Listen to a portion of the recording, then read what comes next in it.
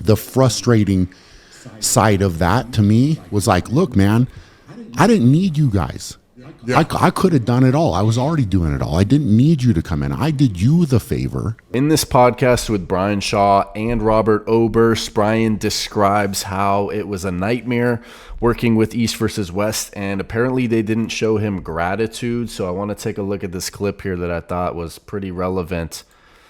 Tried and not to, again, and that's not to say, here's the thing, is the arm wrestlers themselves, just so we're clear, were awesome. Those guys were great. Yeah. And their experience, like, it was so cool for both Kerry and I. Like, in our team, it was like, okay, they were like, I've never been treated like this. Yeah, I will say I did talk to some of the athletes who competed in that East versus West 19 as I was there, such as Brandon Allen, and he said, yeah, the way the athletes were treated was fantastic and everything like that. And it was more a business issue between Brian and East versus West that was the problem here, as he'll describe. This is so great. Like, I can't believe what's happening, right? Yeah. And then there was so much stuff going on, which I didn't really talk about behind the scenes, that was ruining it for me. But it was like their experience and the gratitude they showed was incredible. So what I mean by gratitude was from the organization. Yeah. That would have been nice, yeah, right? Because, like, I stepped up when they didn't have a venue and they were in a bad spot, right? But instead it was not that.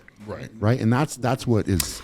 Well, that's unfortunate. I guess the ownership at East versus West didn't show him enough gratitude, according to Brian. Now, I thought the initial issue was mainly centered around how Engen and the Easterners were falling out before this event and trying to not allow athletes to come over, such as Vitali, and that making it difficult. But maybe it was, I don't know, Robert Baxter and Dexter. Maybe Brian believes they didn't show him enough gratitude for hosting the venue when there was no venue set after the Baku thing fell out and they had absolutely no venue at the last minute, and Brian stepped up.